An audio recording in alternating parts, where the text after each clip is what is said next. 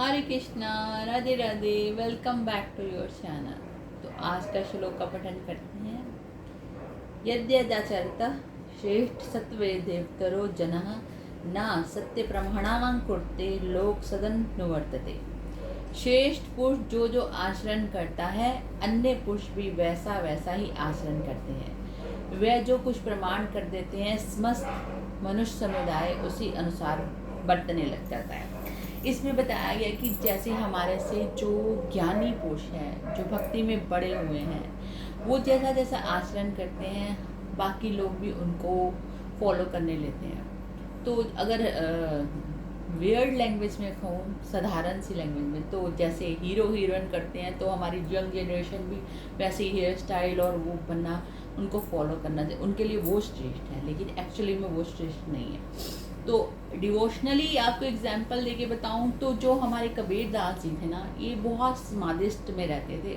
और जब 2-2 3-3 दिन के लिए ये अपने शरीर से निकलकर दूसरे शरीरों में चले जाते, दूसरे लोगों में चले जाते थे, और अपने जो शिष्य होते थे उनको बोलते थे कि मेरे शरीर की रक्षा करना, कि कोई इसको जला ना दे, या कोई पशु पक्षी खा ना जाए, या कुछ भी ऐसे खंडित ना हो जाए। तो एक दिन क्या हुआ, उनके जो कबीर दास जी जब समाधिष्ट हुए और वो लोक लोकांतरों की यात्रा के लिए गए, तो पीछे से काफ़ी दिन हो गए उनको, मतलब कि वैसे 2-3 दिन में आ जाते तो काफ़ी दिन हो गए, 10-15-20 दिन हो गए।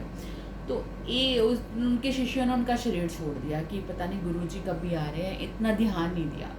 तो इसका लाभ उठाते हुए एक प्रेत उनके शरीर में घुस गया।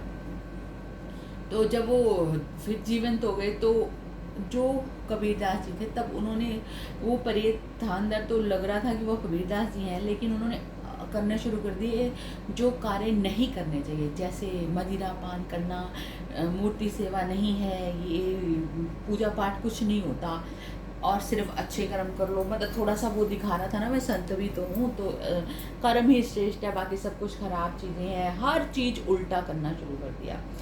तो उस जब समय ख़त्म हुआ, और जब कबीरदास जी को वो आया कि मुझे अपने शरीर में आना है वापस, वो समाधिस्थ अवस्था में वापस आए, तो उन्होंने उस प्रेत को निकाला, क्योंकि वो बहुत शक्तिशाली थे उस शरीर से, और वापस आए, और उन्होंने देखा उनके शिष्य भी वाम मार्गी हो गए।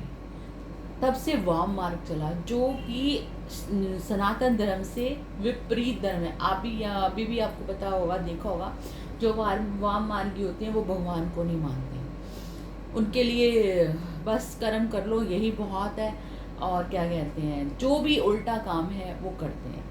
तो कबीरदास जी ने शिष्यों को समझाया कि वो मैं नहीं था, वो किसी और ने आपको ये गलत ज्ञान दिया है, ये जो आप कर रहे हो ये सब कुछ गलत कर रहे हो। लेकिन शिष्य नहीं माने। जो कुछ तो श्रेष्ठ शिष्य थे, जो अपने गुरु को जानते थे कि वो ऐसा आचरण नहीं कर सकते, तो उन्होंने तो उनको, उनके वो जो गलत आचरण थे उनको नहीं अपनाया, तो वो उनके ही सद शिष्य रहे।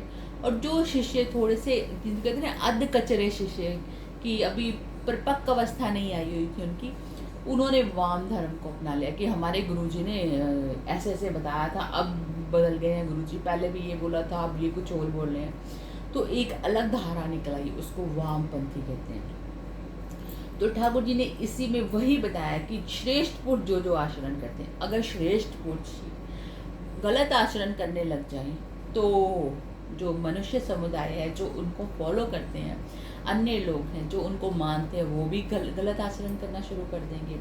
और अगर वो अच्छा आचरण करेंगे तो वो भी अच्छा आचरण करने लगे। तो ठाकुर जी ने यही कहा, श्रेष्ठ पुरुष जो जो आचरण करता है, अन्य पुरुष भी वैसा वैसा ही आचरण करते हैं। तो जो कुछ प्रमाण कर देते हैं, समस्त मनुष्य समुदाय उसी के अनुसार बरतने लग जाता है। अगर मैं कह दूँ, और अगर मैं बहुत ही उच्च कोटि की साधिका बन के, एक गुरु लेवल को धारण करके, और मैं कह दूं कि मूर्ति पूजा जो है नहीं करनी चाहिए, तो जो मेरे फॉलोअर्स होंगे वो मानना शुरू हो जाएंगे कि नहीं जी, माता जी ने कहा मूर्ति पूजा नहीं करनी चाहिए। और अगर मैं कहूँ नहीं, ठाकुर जी की सेवा करना ही परम धर्म है, राधा रानी के हम दास दासी हैं, उनकी प्राप्ति करना हमारा श्रेष्ठतम, तो मुझे मानने वाले सभी वो ऐसे मानना शुरू कर देंगे।